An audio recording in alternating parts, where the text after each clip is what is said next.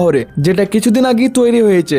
আর এই শহরটা কি কিছুদিন আগে টিভিতেও দেখাচ্ছিল, বলছিল এই শহরটা নাকি অনেক বেশি অ্যাডভান্স। চলো সেটা তো ওখানে গিয়ে দেখা যাবে।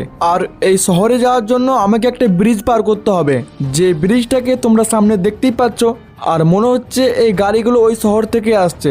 আর তোমরা ব্রিজটা একবার দেখো সাইজে কতটা বড়। তো আমি যতক্ষণ ওই শহরে যাচ্ছি, তোমরা যারা যারা এখনো পর্যন্ত ভিডিওটা একটা লাইক করনি, তাড়াতাড়ি লাইক করে দাও, কারণ তোমাদের লাইকের পাওয়ার অনেক। এছাড়া তোমরা লাইক না করলে হয়তো আমি মিশনটা এখানেই ফেল হয়ে যেতে পারি। আর যারা যারা ভিডিও দেখো কিন্তু এখনো পর্যন্ত চ্যানেলটা সাবস্ক্রাইব করনি, তারা কি করছো ইয়ার? চ্যানেলটা এখনই সাবস্ক্রাইব করে নাও, আর পাশে থাকা বেল আইকনটি কিন্তু অবশ্যই অল প্রেস করবে। এর ফলে আমি যখনই নতুন ভিডিও আপলোড করবো সঙ্গে সঙ্গে তোমরা নোটিফিকেশন আকারে দেখতে পেয়ে যাবে। তো অলরাইট গাইস, আমি এখানে নতুন শহরে চলে এসেছি, কিন্তু ইয়ার এখানে মেয়েটা এইভাবে ঘুরছে কেন? গাইস আমার মনে হচ্ছে মেয়েটা পুরো পাগল হয়ে গেছে। একে ছাড়ো, এখন আমাকে খুঁজে বের করতে হবে এই শহরের পুলিশ স্টেশন, যেটা আই থিঙ্ক সামনের দিকেই রয়েছে।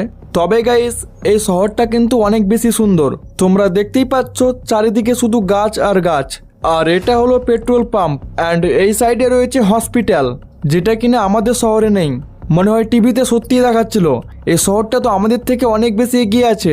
তো অলরাইট, আমি এখানে চলে এসেছি পুলিশ স্টেশনের সামনে, অ্যান্ড তোমরা দেখতেই পাচ্ছ ভাই সাপ, এই পুলিশ স্টেশনটা আমাদের শহরের থেকে কতটা বড়। তো গাইস এর ভিতরেই রাখা আছে সেই গাড়িটা, যেটা আমাকে চুরি করে নিয়ে যেতে হবে। আর এই তো সেই গাড়িটা। তো গাইস চলো এটাকে তাড়াতাড়ি নিয়ে আমাদের শহরে যাওয়া যাক। আর এটা আমাকে যত তাড়াতাড়ি সম্ভব করতে হবে, না হলে একবার যদি ধরা পড়ি তাহলে জানি না কতদিনের জন্য জেলে ভরে দেবে। তো অলরাইট গাইস, তোমরা এখানে দেখতেই পাচ্ছ ফাইনালি আমি গাড়ি নিয়ে আমাদের শহরে চলে এসেছি। এখন আমাকে গাড়িটা রাখার জন্য পুলিশ স্টেশনে যেতে হবে, আর তারপরেই ভাই সাহেব পুলিশওয়ালারা আমাকে ফুচকার দোকানের লোকেশন বলে দেবে। আরে ইয়ার, এ কি নাটক করছে নাকি? একটুটা সোয়াতি মরে গেল। আরে ফ্র্যাঙ্কলিন, তুই গাড়ি নিয়ে চলে এসেছিস, সাব্বাস। এই গাড়িটা আমাদের শহরেই ছিল, কিন্তু হতচ্ছাড়া একটা চোর এসে গাড়িটা চুরি করে অন্য শহরে নিয়ে চলে যায়। আচ্ছা ঠিক আছে স্যার, এখন আপনারা আমাকে বলুন আমার ফুচকার দোকানটা কোথায় আছে? ঠিক আছে শোন, এই ফুচকার দোকানটা নেওয়ার জন্য তোকে একটা কঠিন র্যাম্প কমপ্লিট করতে হবে, যেটা কিনা অনেক বেশি কঠিন। তবে তুই যদি এই র্যাম্পটা কমপ্লিট করতে পারিস তাহলে এই ফুচকার দোকানটা পেয়ে যাবি। তো গাইস তোমরা যেমনটা শুনলে, আমাকে এই দোকানটা নেওয়ার জন্য একটা কঠিন র্যাম্প কমপ্লিট করতে হবে। তবে যত কঠিনই হোক না কেন আমি তো কমপ্লিট করে ফেলবো, কারণ ফুচকার দোকান বলে কথা। আমি এখানে সেই র্যাম্পের কাছে চলে এসেছি, এটাই হলো সেই র্যাম্পটা।